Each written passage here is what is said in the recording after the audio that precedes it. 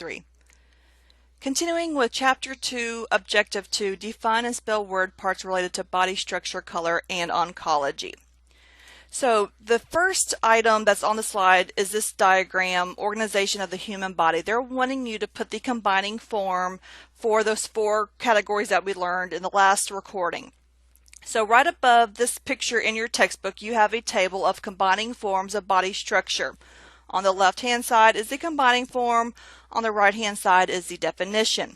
It's very important that you fully understand the combining forms and their definition now, because you'll see some of these same combining forms in future chapters and of course throughout your career.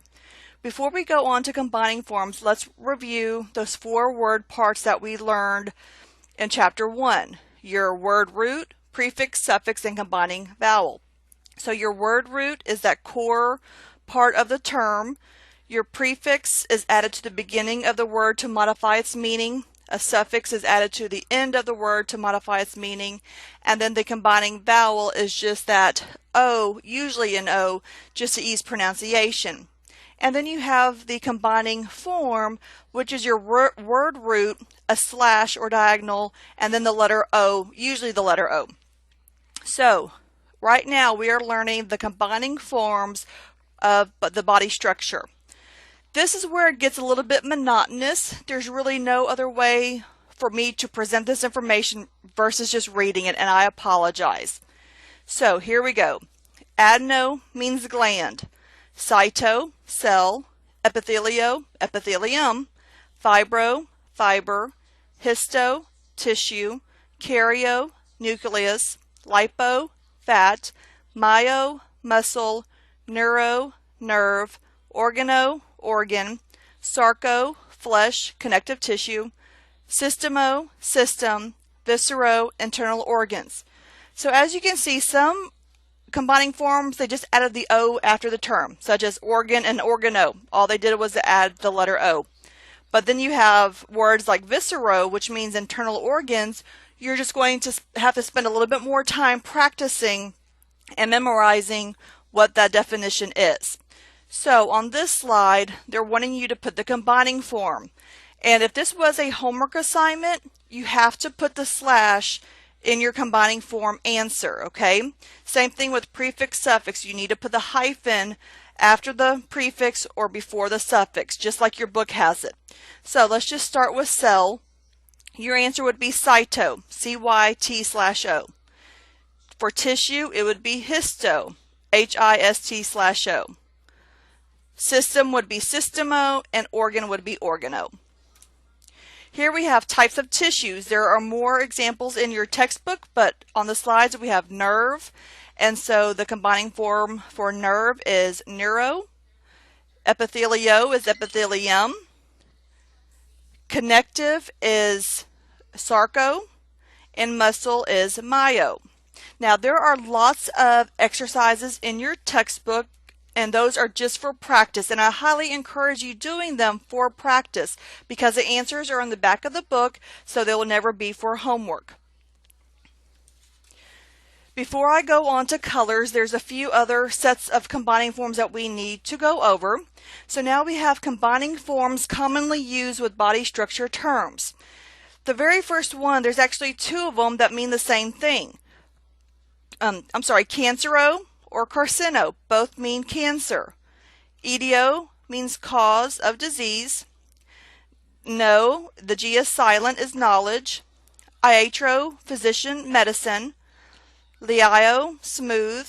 Onco, tumor, mass. Patho, disease. Rhabdo, rod-shaped striated. And somato is body. So now the next table is combining forms that describe color, and this is the same one that's on the PowerPoint slides. Again, color is used a lot in medicine, so you have to understand what color they are describing. So chloro is green, chromo, color, cyano, blue, urethro, red, leuco, white, melano, black, xantho, yellow. So that X has a Z sound. Now the next table are your prefixes. The prefixes you see here will be used through every single chapter. So you need to memorize them now. So dia is through or complete. Dis, painful, abnormal, difficult, labored. Hyper, above or excessive. Hypo, below, incomplete, deficient, under. Meta, after, beyond, change. Neo, new. Pro, before. Then we have suffixes. Now look, the very first one, there are 3 suffixes that mean pertaining to. Al, ic, and us. Site is cell. Gen, substance or agent that produces or causes. Genic, producing, originating, causing. Lologist, one who studies or treats. Logy, study of. Megaly, enlargement. Oid, resembling. Oma, tumor, swelling. Osis, abnormal condition. Pathy is disease. Plasia, condition of formation, development, growth. Plasm, growth, substance, or formation. Sarcoma, malignant tumor. Cis, state of. And stasis, control, stop, or standing. Again, lots of pictures. Again, lots of exercises. All right, those are the prefixes that we just went over, and they are here matching them with the definition. All right, quickly compare and contrast. What they're showing you is a word root and a suffix could look very similar, but they're different word parts, okay? So cyto is a word root, but site is a suffix. Patho is a word root, but pathy is a suffix. Sarco is a word root. Sarcoma would be a suffix. Suffixes containing gen. So if you go back to the suffixes table, there was gen and genic. They actually have 2 slightly different meanings. So gen is a substance or agent that produces or causes, such as a carcinogen, substance that causes cancer. But then genic, producing, originating, causing. The example is cytogenic, producing cells. So just a quick review question. Which of the following is a suffix that means disease? So first of all, if you're looking for a suffix, the little hyphen should be at the beginning of the word part. So your answers right now should only be B or D, the options I should say. So which one means disease? So again, if you look at your suffix table, hopefully you chose pathy as your answer.